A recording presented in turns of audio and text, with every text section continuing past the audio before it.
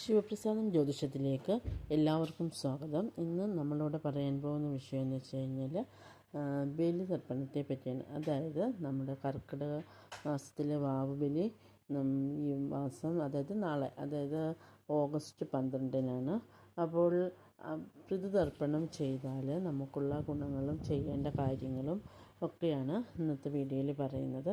അതായത് നമ്മൾ പിതൃതർപ്പണം ചെയ്യാൻ ഉദ്ദേശിക്കുന്നത് ആർക്കാണ്? നമ്മൾക്ക് പിതൃതർപ്പണം ചെയ്യുന്ന ആൾ, ചെയ്യാൻ പോകുന്ന ആളെന്ന് പറയുന്നത് തലേ ദിവസം തന്നെ ഒരിക്കൽ മാത്രം ആഹാരം കഴിക്കുക. അതായത് ഒരിക്കൽ മാത്രമെന്ന് വെച്ചാൽ അരി ആഹാരം ഒരു നേരം കഴിക്കുക. രാത്രിയിൽ പഴങ്ങളോ അങ്ങനെ അല്ലെങ്കിൽ വെജിറ്റബിൾസ് ചേർന്ന്, അതായത് ചപ്പാത്തി അതുപോലുള്ള കാര്യങ്ങൾ കഴിക്കുന്നതുകൊണ്ട് കുഴപ്പമില്ല.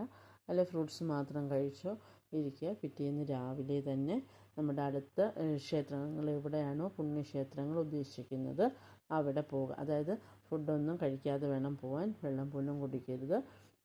നമ്മളവിടെ ചെന്നതിന് ശേഷം ഈറനോട്, അതായത് അറിയാമല്ലോ ബലിതർപ്പണം നമ്മളിപ്പോൾ ഓരോ ക്ഷേത്രങ്ങളിലും ബലി നടത്തേണ്ടത് എങ്ങനെയാണെന്നുള്ളത് അവിടെ ഓരോ അതിൻ്റെ കർമ്മികൾ അവിടെ ഉണ്ടാവും. നമ്മളവിടെ ചെല്ലുക.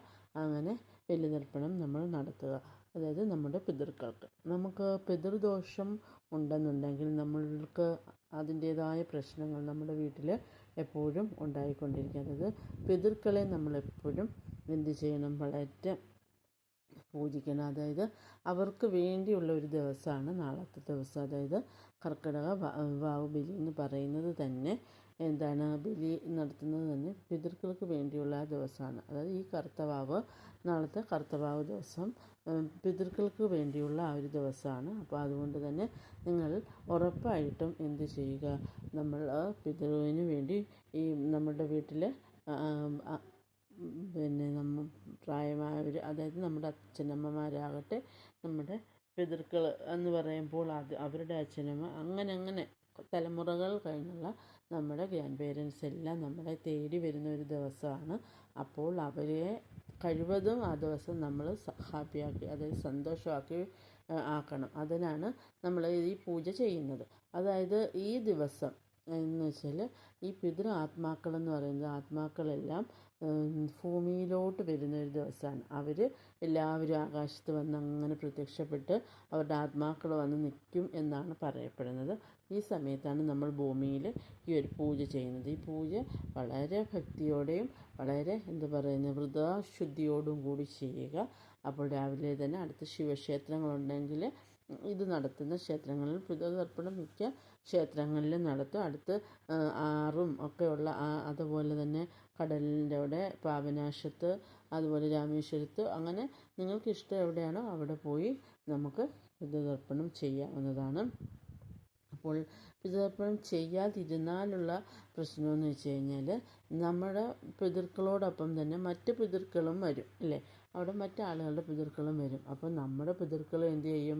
നമ്മുടെ കുടുംബത്തിലുള്ള ആരെങ്കിലും അവർക്ക് വേണ്ടി ഒരു ബലി അർപ്പിക്കുന്നുണ്ടോ എന്ന് അവിടെ നിന്നുകൊണ്ട് നോക്കും. അതായത് ആരെങ്കിലും അർപ്പിക്കുന്നുണ്ട്. അപ്പം മറ്റുള്ളവരെ അവർ കളിയാക്കും എന്നാണ് പറയപ്പെടുന്നത്. നമുക്ക് ഇതെല്ലാം പറയുന്ന കാര്യങ്ങളാണ്. അതുകൊണ്ട് തന്നെ മറ്റുള്ളവർ അവരെ കളിയാക്കുന്നതിലൂടെ അവർക്ക് വളരെയധികം വിഷമം വരികയും അവർ നമ്മളെ ശപിച്ചിട്ട് പോവുകയും ചെയ്യുമെന്നാണ് പറയപ്പെടുന്നത്. അപ്പോൾ ഉറപ്പായിട്ടും വർഷത്തിലൊരു ദിവസം, ഈ വാവുബലി ദിവസം, നമ്മൾ നമ്മുടെ പിതൃക്കളെ സ്മരിക്കുക.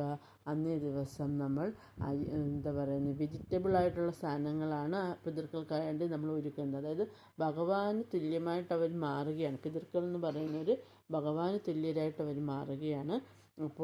അപ്പോൾ നമ്മൾ ചെയ്യുന്ന ഓരോ വർഷവും ചെയ്യുന്ന ബലിതർപ്പണത്തിലൂടെയാണ് അവർക്ക് എന്ത് ചെയ്യുന്നത്? ഓരോ ഘട്ടങ്ങളിൽ അവർക്ക് മോക്ഷം കിട്ടിപ്പോകുന്നത്. അപ്പോൾ അതുകൊണ്ട് തന്നെ അവർക്ക് അങ്ങനെയും ഗുണമുണ്ട്. അതുപോലെ ആ ദിവസം തിലോഹോമം ചെയ്യുന്നതും വളരെ ഉത്തമമാണ്. തിലോഹോമം ചെയ്യുന്നതിലൂടെ അവർക്ക് വിഷ്ണുപ്രാപ്തി വളരെ പെട്ടെന്ന് തന്നെ പ്രാപ്തമാവുന്നതായിരിക്കും.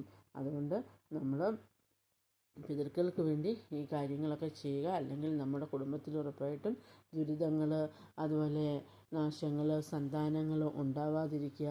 ഉണ്ടാവുന്ന കുഞ്ഞുങ്ങൾക്ക് തന്നെ ഓരോ അരിഷ്ടതകൾ ഉണ്ടാവുക, അങ്ങനെ കുടുംബത്തിൽ മക്കളുടെ വിവാഹം നടക്കാതിരിക്കുക. ഇതൊക്കെ പിതൃദോഷം കൊണ്ടും ഉണ്ടാകുന്ന ഒരു പ്രശ്നമാണ്. അതുകൊണ്ട് പിതൃദോഷങ്ങൾ വരാതിരിക്കാൻ വർഷത്തിലൊരു ദിവസം നമ്മൾ പിതൃക്കൾക്ക് വേണ്ടി ഈ ഒരു പൂജ ചെയ്യുക. എന്നിട്ട് ആ ദിവസം രാവിലെ നമ്മൾ ബ്രേക്ക്ഫാസ്റ്റായിട്ട് കഴിക്കുന്നതിന് വരാൻ ആ പിതൃന് പൂജ ചെയ്തതിന് ശേഷം നമുക്കൊരു അല്പം വറ്റി തിരിച്ച് നമുക്ക് തരും. അത് നമ്മൾ കഴിക്കുന്നത് ഉത്തമമായിരിക്കും. പിന്നെ നമ്മൾ വീട്ടിൽ വന്നതിന് ശേഷം പിതൃക്കൾക്ക് വേണ്ടി നമ്മൾ സദ്യ ഒരുക്കണം. സദ്യ ഒരുക്കി കഴിവതും നമ്മൾ എന്ത് ചെയ്യണം, രാവിലെ നമ്മൾ അമ്പലത്തിൽ പോയി ഈ കാര്യങ്ങളെല്ലാം ചെയ്യുക. കഴിവതും ഒരു മണിക്ക് മുന്നേ തന്നെ സദ്യ, അതായത് കഴിവതും കറക്റ്റ് ഉച്ച സമയത്ത് തന്നെ സദ്യകൾക്ക് ഒരുക്കി വെക്കുക. നിങ്ങൾ പിതൃതർപ്പണത്തിന് പോകുമ്പോൾ ഉറപ്പായിട്ട് നിങ്ങൾ പ്രഭാതത്തിൽ തന്നെ പോകാൻ നോക്കുക. അതായിരിക്കും ഏറ്റവും ഉത്തമമായിട്ടുള്ളതെന്ന് പറയുന്നത്. അതുപോലെ സ്ത്രീകൾക്ക് ആർത്തവ സമയത്ത് ഒരു കാരണവശാലും ഈ സമയത്ത് പോകാൻ പാടില്ല. അവർ ഉറപ്പായിട്ടും നമ്മൾ ഒരു പീരീഡ്സ് കഴിഞ്ഞിട്ട് ഒരു 9ൻ്റെ അന്നൊക്കെ നമുക്ക് പിതൃതർപ്പണം ചെയ്യാം. അതൊരു പ്രശ്നമില്ല. പക്ഷേ ഉടൻ തന്നെ ആർത്തവ സമയത്ത് നമ്മൾ ഒരിക്കലും പിതൃതർപ്പണത്തിന് പോകരുത്. അതുപോലെ നമ്മുടെ കുടുംബത്തിൽ ആരെങ്കിലും മരിച്ചിട്ടുണ്ടെങ്കിൽ ആ മരിച്ച ആൾ മരിച്ചിട്ട് 1 വർഷം ആയതിനു ശേഷം മാത്രമേ എന്ത് ചെയ്യാവൂ, അവർക്ക് പിതൃതർപ്പണം ചെയ്യാവൂ. 1 വർഷം ആയിട്ടില്ല എന്നുണ്ടെങ്കിൽ ഒരു കാരണവശാലും നിങ്ങൾ പിതൃതർപ്പണം ചെയ്യരുത്. അതുപോലെ നമ്മൾ അന്നേ ദിവസം ആഹാരമൊക്കെ ഒരുക്കി അവർക്ക് ഒരു വിളക്ക് കത്തിച്ച് വെച്ചിട്ട് അതിൻ്റെ മുന്നിൽ ഒരുക്കി വെച്ച് അവിടെ നിന്ന് നമ്മൾ പ്രാർത്ഥിക്കുക. അതുപോലെ ഒരു ഗ്ലാസ്സിനകത്ത് അല്പം തുളസിയിലയിട്ട് വെള്ളവും കൂടെ അടുത്ത് വെച്ചിരിക്കണം. കഴിവതും നമ്മൾ എന്താ പറയുന്നത്, വെജിറ്റബിളായിട്ടുള്ള ഫുഡ് ആക്കുന്നതാണ് നല്ലത്. പിന്നെ ചില നാട്ടിലൊക്കെ കണ്ടുവരുന്നത് ഈ മരിച്ച ആൾ ഇഷ്ടത്തിൽ കഴിച്ചിരുന്ന സാധനങ്ങളൊക്കെ ഒരുക്കി വെക്കാറുണ്ട്. അങ്ങനെ ചെയ്യുന്നതുകൊണ്ടും കുഴപ്പമില്ല. പക്ഷേ മിക്കവരും വെജിറ്റബിളായിട്ടുള്ള ഫുഡാണ് ആക്കി വെക്കുന്നത്. അതുപോലെ ഈ കുറച്ച് ടൈം നമ്മൾ എന്ത് ചെയ്യണം, അവിടെ നിന്ന് അതായത് നമ്മുടെ മരിച്ചുപോയ അവരെയൊക്കെ ഒന്ന് മനസ്സിൽ കണ്ട് പ്രാർത്ഥിക്കുക.